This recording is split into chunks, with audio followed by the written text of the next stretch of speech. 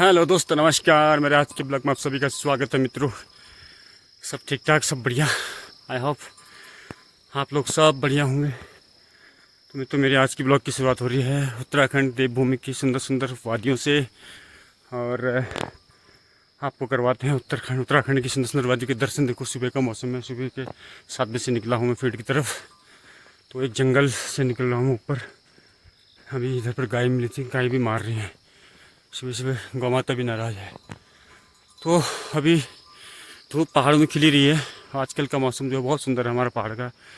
बीच में तो बहुत परेशान हो गई थी, 3-4 महीने ले बारिश ले बारिश ले बारिश। लेकिन अब थोड़ा 2-3 दिन से सही है। नवरात्रि चल रहे हैं तो ठीक ठाक ही होगा। इसमें देव लोग आए हैं हमारे पहाड़ों में। सब जगह देव लोगों की पूजा हो रही है तो बढ़िया चल वो सब मित्रों। तो अभी केदारनाथ की तरफ निकलना है मेरे को, उसके बाद देवरा, उसके बाद घर की तरफ लौटेंगे। तो फाइनली मित्रों, मैं आप केदारनाथ से वापस आ रहा हूँ, देवरा की तरफ जा रहा हूँ। और रास्ते में मेरे को स्कूल जाने वाले बच्चे मिले, 3 बच्चे हैं। और इनके साथ जा रहा हूँ देवरा की ओर। तो वो बच्चे केदारनाथ से देवरा जा रहे हैं बाई रूट। 2-2.5 किलोमीटर का इनका सफ़र है। देवरा पब्लिक स्कूल है, एगस्ट मेमोरियल। तो ये बच्चे वहाँ पढ़ने जाते हैं। आपको दिखा रहा हूँ मैं जंगल का रास्ता। बिल्कुल देखो, पूरे पेड़ हैं, चारों तरफ से झाड़ियाँ हैं, जंगल है। अकेले जा रहे हैं बच्चे। इनके पास ना कोई गाड़ी है, ना कोई ऐसा कोई साधन है ताकि ये क्विकली जो है कम शॉर्ट टाइम में वहाँ जा सके। हालांकि यहाँ रोड है, रोड की व्यवस्था भी है, लेकिन बच्चों के पास साधन नहीं है। जंगल का रास्ते का सफ़र फिर भी तय करना पड़ता है। तो हमारे जो पहाड़ के बच्चे होते हैं ना, बड़े ब्रेव होते हैं, पढ़ने में ब्रेव होते हैं, इतने संघर्ष करते हैं। देखो, जंगल के रास्ते 2.5-3 किलोमीटर से लेके 15 किलोमीटर तक बच्चे जो है पैदल चलते हैं हमारे पहाड़ में। वो आज से 50 साल पहले भी यही था, आज भी अभी चालू है। क्योंकि हमारे देश के अंदर कोई ऐसी मिशनरी पैदा नहीं हुई है जो पहाड़ों का रूप बदल दे, यहाँ का रहन सहन का स्तर ऊंचा कर दे, यहाँ के बच्चों के पठन पाठन का व्यवस्था अच्छी कर दे।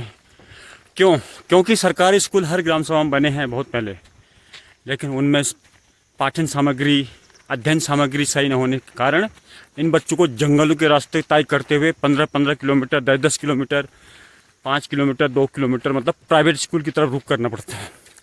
ये हमारे देश की सरकारों की कमी है, हमारे उत्तराखंड सरकार की कमी है।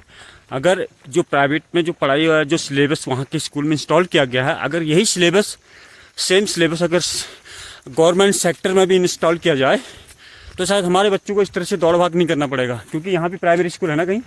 हाँ, तो इनके गांव में ही क्या प्राइमरी स्कूल है बच्चों का, भैंसर के में है। लेकिन आप अंदाज़ा लगा सकते हैं कि सरकार की कमियां देखो भाई।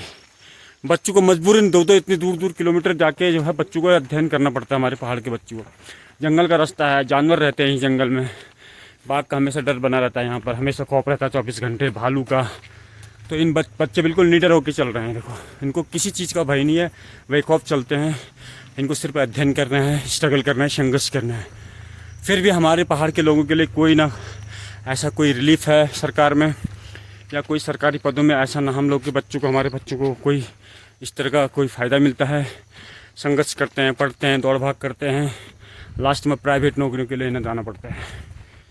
तो बच्चों, ये तो है। पढ़ाई होती है स्कूल में? अच्छी पढ़ाई होती है। अच्छा, गुरुजी लोग सही पढ़ाते हैं? हाँ। तो खाना पीने का क्या व्यवस्था है आपकी? दिन को लंच वगैरह कुछ है? घर से ले जाते। घर से टिफिन ले जाते हो? और स्कूल में पानी की पीने की व्यवस्था है वहाँ सही? फिल्टर लगे हुए हैं? चलो, कभी तुम्हारे स्कूल में भी आते हैं। हाँ, अच्छा। तो ये व्यवस्था है। कई बच्चे खाना भी ले जाते हैं। अगर किसी के घर में अगर टाइम से अगर टिफिन बनाना चाहे तो बच्चे ले जाते हैं, नहीं तो 8 घंटा प्राइवेट सेक्टर में, पता ही है वहाँ तो। क्योंकि प्राइवेट सेक्टर में लोगों को मजबूर काम करना पड़ता है वहाँ।